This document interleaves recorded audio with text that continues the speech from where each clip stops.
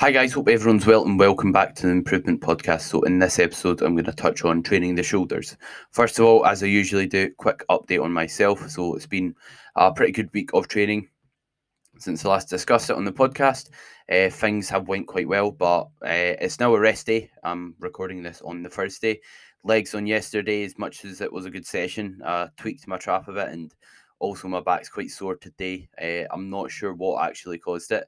I think it is just a case of I need a deload. I have been going, I think, 10 weeks since the last deloaded, and just due to the nature of my split, I've got quite a lot on in the space of a week in terms of from a level of strength. I could do with maybe like another rest day in between like pull and legs just so I can recover just due to the amount of lower back loading I've got during the week. So I think it's just got the better of me a bit. I need a bit of a deload.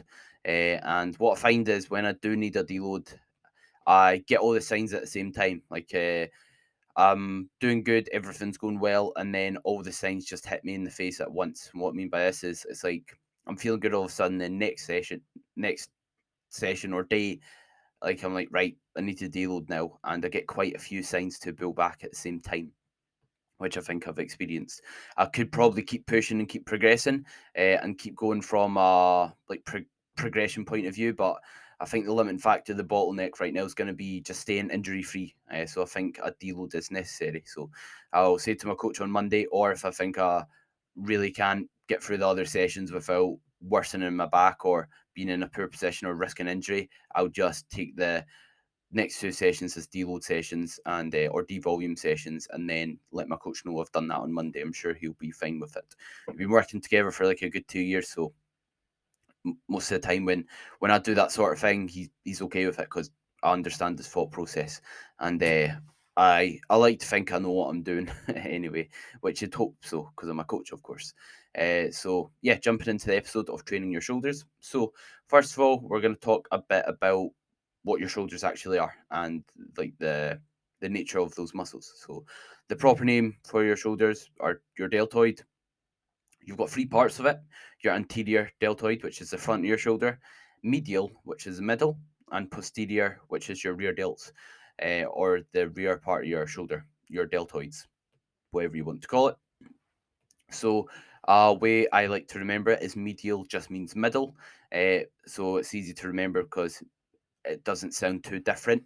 And posterior, I like to think the posterior delts are the delts on the back of your body, which help pull your shoulders back, help with your posture. I'm not saying they actually do this. I'm just saying it's a way to potentially remember it. And your anterior ones are on the front as a result, because there's only one left. And if you've only got three delts or three parts of your delts, then if you remember where the other two are, you're obviously going to know the third is the final one, and the part you haven't named yet, if that makes sense. So yeah, three parts, and the anterior delt or your front delt, like I said, is just the front of your shoulder, where is on the front of your body. Medial delt is just the middle part of your delt, which is on the side, and the posterior is the back of your shoulder, basically. And in terms of where the muscles actually run, the muscles' origins and insertions, or in other words, which is important to know, which I'll explain why. So, basically, your front delt, the front of your shoulder, it attaches from your collarbone to your upper arm, and the medial delt or the middle delt attaches from the top of your shoulder blade to your upper arm. Your rear delt also attaches from your shoulder blade to your upper arm, but a different part. So the reason why this is beneficial, if you think about what the muscle, if the muscle gets shorter or longer, or if it pulls on your upper arm, where it will go, if that makes sense. For example, if your front delt attaches to the front of your body, imagine you've got an elastic band or like a spring or something on, or yeah, elastic band, let's say, on the front of your body, on your collarbone to your upper arm, and that elastic band pulls your shoulder up or pulls your arm. Where's your arm going to go? It's going to go up and forward, if that makes sense. So it kind of tells you where or what the muscle's job is, if you can see where it attaches, where it inserts, if that makes sense. So in terms of the rules for each, so the anterior or your front delt helps move the arm forward. Think a front raise. This is basically what the front delt does. whereas the medial delt or the side delt helps lift your arm out to the side. So think a lateral raise or an upright row are some examples. And as for your posterior delt or rear delt, or so your posterior delt, that basically abducts your upper arm. So think of a rear delt fly or a face pull or a upper back row where your arm's going from, and like if you just hold your arm straight up and then you basically do a row with your elbow nice and high and you keep your shoulder blade still, that's basically what your rear delt does. So the benefit of knowing this is it gives us an idea of what our training should look like. If we know what the muscle's role is, we basically make sure we're fulfilling that role, we're doing that role in our training. So, first of all, when it comes to training your anterior delt or your front delt, the front of your shoulder, I'm gonna basically break down how I like to train each part of the shoulder, so you have an understanding of what to potentially do. So, during your press and compound movements, you have a lot of front delt in them. So if you think about it, when you train the front delt, like, have you ever looked at someone and thought they have weak front delts? The front of their shoulders weak. Usually, you don't, and the reason being is, like I said, they get trained a lot through pressing movements. Typically, it's opposite. People have strong front delts but weak chests, and the reason being is potentially poor exercise selection and poor exercise execution when it comes to targeting their chest. If they don't target their chest well, the delts will most likely do the work for some individuals. So yeah, they get plenty of stimulation when you're performing pressing movements. So I don't really isolate them, and I think the time you're spending isolating your front delts could be spent better elsewhere, like doing more arm work or training your side delts or your rear delts. Because, like I said, you never look at someone and think, oh, their front delts are weak or underdeveloped, and you will work them during, like, from decline presses, dips, to flat presses, to incline presses, to shoulder presses. Any press variation, you will work your front delt. And like I said, you also work them during front delt raises. Basically, a front delt raise, if you don't know, is when you're holding a dumbbell and you just drive it out in front of you. So just driving it forward instead of the side. It's like a lateral raise, but instead of driving the dumbbell out, you drive it in front of you. And the reason why you work them a lot during pressing movements is, if you think about, like, let's say a close grip bench press or a close grip Smith press. If you think about your upper arm starts, or at the bottom of the movement, your upper arm is in line with your body, or maybe even behind your body a wee bit. If you think about, just don't think about your lower arm at all. Think about from your elbow to your shoulder. It is in line with your body, or maybe your elbow's even behind your body. And then at the top of the movement, your upper arm is basically stacked over your shoulder joint. If you think about it, a front delt raise is basically the same movement. It's taking your shoulder through the same part of, or the same range of motion. The only difference is, instead of standing up, you're lying down when you're performing it. So it's during a front raise, there's tension at the top of the exercise and not in the stretch position. Whereas when you're doing pressing, you've got tension in that stretch position and not at the top as much. So that potentially makes doing press movements a superior exercise for your front delt as well, because we build muscle best in the middle and stretch position of a muscle length. So yeah, it's basically the same. Just think about doing a front raise, but instead of doing a front raise, you are lying down. It's basically the same, but your arms bent while you're performing the movement. But that doesn't change anything. It'll mean you'll work your triceps, but you'll still work your front delt, although your arm's bent, because your front delt doesn't bend your arm. Your front delt has nothing to do with what your lower part of your arm's doing, if that makes sense. So I hope I did explain that well.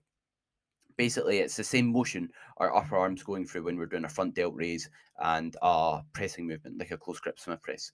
We will work them a touch less when we're, like, doing more, like, a chest focused pressing, but we'll still work them an awful lot, uh, like doing the movement. So yeah, basically that's how I like to train my front delts. Just basically do pressing movements, get stronger at them, and you will grow your front delts as a byproduct of it. So next up, training your side delts. So your side delts are just basically the side of your shoulder, which is done during things like lateral raises. It can be also done during upright rows. And I don't think upright rows are the best movement to really train your biceps. Sorry, I don't think they're the best movement to train your side delts because you get unnecessary bicep involvement. You are in a internally rotated, meaning your shoulder rolls forward at the bottom, which can put you in a bit of a vulnerable and uncomfortable position. And at the top, you get a lot of bend or flexion in your wrist. You put a lot of stress on your wrist joint unnecessarily. So when we're doing lateral raises, that first of all, that's why I think they're a better option. You will bias your side delt a bit better. You'll get less bicep involvement and put less stress on your wrist joint. And when we are doing like side delt raises or lateral raises, you want to keep your palm down. If you lift your palm up, usually it encourages the front delt to do the work due to just biasing it a bit more. So we want to keep our palms down, or slight internal rotation, it's called. You basically want to twist your arm so your palms facing down and maybe even backwards slightly. So think pouring a jug of water while you're performing the movement. See if you had your hand out to your side, like not in front of you, but to your side and straight out. And then think if you had a jug of water in your hand or bottle and you were pouring it or pouring water out a glass, you'd twist your arm to get your thumb to face close to the ground. We basically want to be in that position. So slightly internally rotated. And you want to focus on driving out and also forward slightly because this puts you in the sagittal plane, which is called, instead of the frontal plane. Basically, what that means is it puts you in a position where you're going to be a bit more comfortable at the shoulder because when we drive straight out to the side and not in front of us slightly, basically our shoulder joint squishes against another, like a bone squishes against a bone. We get slight impingement. You can even try it yourself. Face your palm down and at your side, and then keep it in line with your shoulder, or maybe a bit behind you. Keep your palm down and lift it up. You can't get that high, and it also feels quite uncomfortable at the top. Now instead of having it right out to your side, put your palm in front of your shoulder a touch and still keep your palm facing down. You can then lift it even further up.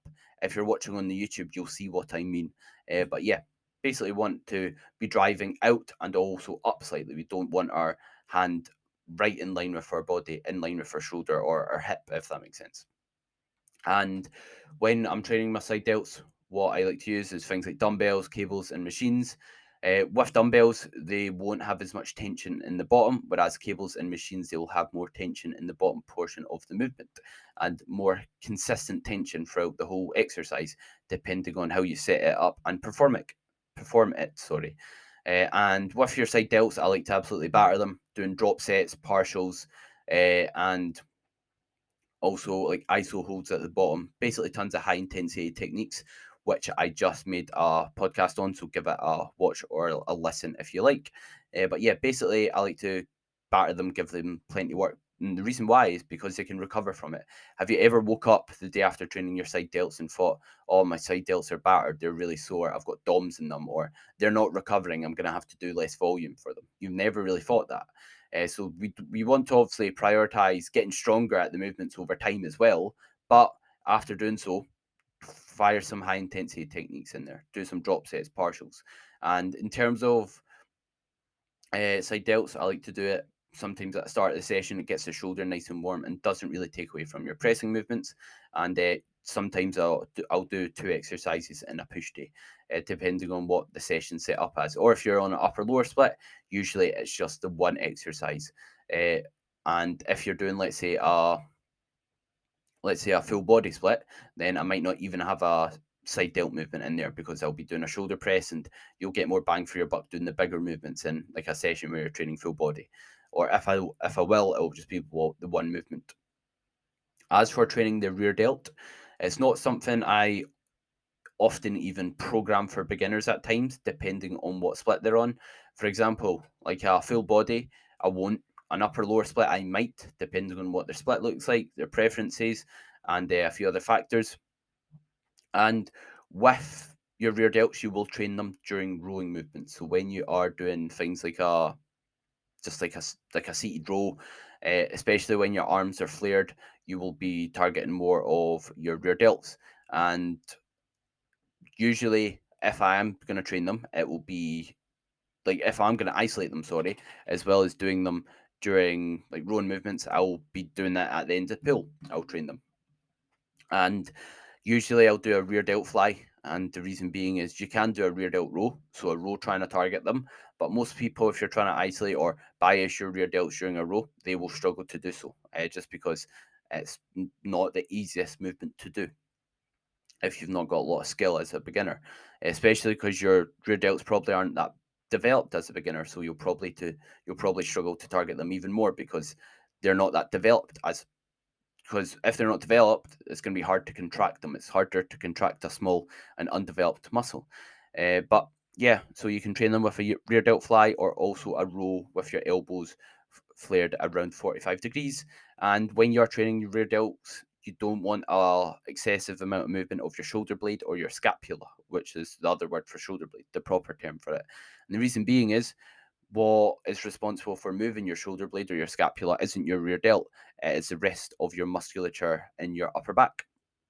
So if your scapula is moving a ton, your upper back's going to be moving a lot, or it's going to be, sorry, contributing a lot to the movement. So when you are doing a rear delt fly, what I'd recommend is stop around night. Stop when your arms like in line with your torso. Basically, focus on driving out because that's what the rear delt's role is. That's what the rear delt's job is. Driving like out, and not driving back. So drive out when you're performing it, and then when you can no longer drive out, or when you focus on driving out as much as possible, and then you can't go further back because you're just focusing on driving out, stop there. Because if you focus on driving out and then to get more range of motion, you focus on driving back, you're just going to incorporate more muscle groups during the movement. So more range of motion is not always better when you're training your rear delts. Same with any other muscle group, really. More range of motion might be detrimental because it might mean you're going to bias more muscle groups and involve more muscle groups during the movement. And yeah, so a rear delt roll is definitely not needed as a beginner, and you shouldn't have any excessive movement of the shoulder. The reason it's not needed for beginners, it's such a small muscle group. You probably benefit more from just getting strong on compound exercises for the most part. In terms of what this all looks like in practice, in terms of training your front delt, side delt, and also your rear delt, so your side delt, you want to perform, or you can perform. Obviously, you can do upright rows, that sort of thing, but lateral raise variations. I like to do it at the start of push or the start of upper body. It gets the shoulder joint nice and warm, doesn't take away from the rest of your movements or fatigue you a ton, and there's not a lot of downsides for it, to be honest. So I usually like to do 2 to 3 sets for myself or for programming for beginners, or my clients. And the reason why I like 2 to 3 sets is like any more, it's just like doing junk volume. You're doing unnecessary amounts, especially if you've got high intensity techniques in there, which I usually do. And I don't like to do like 1 set, for example, because that is a bit too little. Like you can get away with doing a lot more because you can recover from it. And I don't see the need of doing very little because they can. Your side delts, if they are really developed, they make a big difference to your physique. So it's good to give them appropriate amount of work, just like you would any other muscle group. And like I said, I usually do high intensity techniques in there. And some examples of exercises you could do is a dumbbell lateral raise, a machine lateral raise, a single arm cable lateral raise, or a dual arm cable lateral raise. You could do a lying cuffed lateral raise, a standing cuffed lateral raise. Or like I said, you can do like a rope or a barbell upright row, easy bar upright row, but I'm not really a fan of them and don't really program them myself. In terms of front delt work, what that looks like in practice is just pressing movements. And I never really focus on targeting my front delts, if that makes sense, or setting up a movement to target them. But if you want to, then you would most likely want to have like a pressing movement where your arms are slightly tucked in front of your body during, let's say, like a shoulder press, that sort of thing. So maybe a neutral grip. But usually, like if you just perform pressing movements in different inclines and different positions, you're going to be using them effectively anyway. So I wouldn't stress a ton about it. And then if, let's say, they do become a weakness, which I highly doubt, then you can focus on, right, what can I do to target my front delts more? But I've yet to have someone ask me or tell me their front delts are weak. I'm yet to see it on an individual. So yeah, until then, just don't really worry about it, to be fair. In terms of rear delt work, what that usually looks like is a rear delt fly, 2 to 3 sets at the end of my pull session or at the end of an upper body session. If you train upper body, or if you're on an upper lower split, I'd do it at the end of one of your upper body days. Or if you're doing, let's say, a push pull legs, then at the end of pull or near the end of pull. And then 2 sets or 3 sets, as well as a drop set, or two. I do 2 drop sets myself because they can also recover from it. Like your delts are, like I said, a muscle group that can recover pretty easily from doing movements, just like your arms are as well.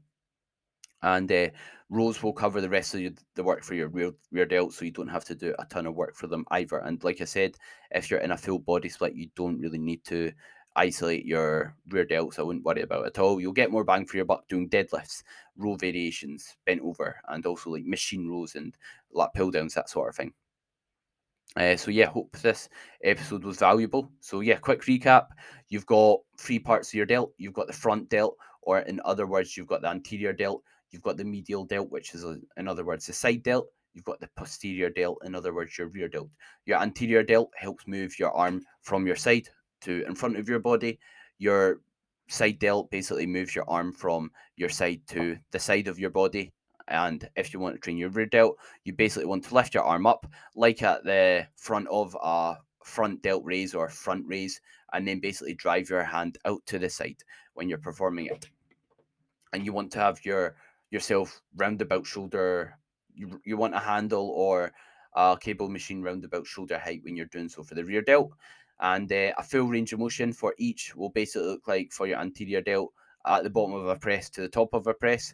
For your side delt will look like in line with your body, basically doing a lateral raise in line with your body to out with your arm up at the at like about shoulder height. You can get a bit shorter by going even higher, but I wouldn't worry about doing so because you'll involve a lot of trap and the tension will drop off. In terms of doing your rear delt, a full range of motion will look like your arm in front of a body, like at the front of a front delt raise or front raise, and then your arm at the side of your body, like the top of a lateral raise. So yeah, hope you enjoyed the episode. I think that's everything I need to cover really. And any questions or topics you'd like to see, then please just ask. If you enjoyed this, and please subscribe, like, leave a rating and review. I greatly appreciate everyone's support, both on YouTube, Spotify, and Apple. I'm really, really happy with how the podcast is going, and I'm excited to be bringing out more content. I've got a few good topics that I'm excited to cover in store for you. But like I said, thank you very much for listening, and hope everyone has a great day, week, month, whenever you're listening to this. Hope you're all doing well anyway.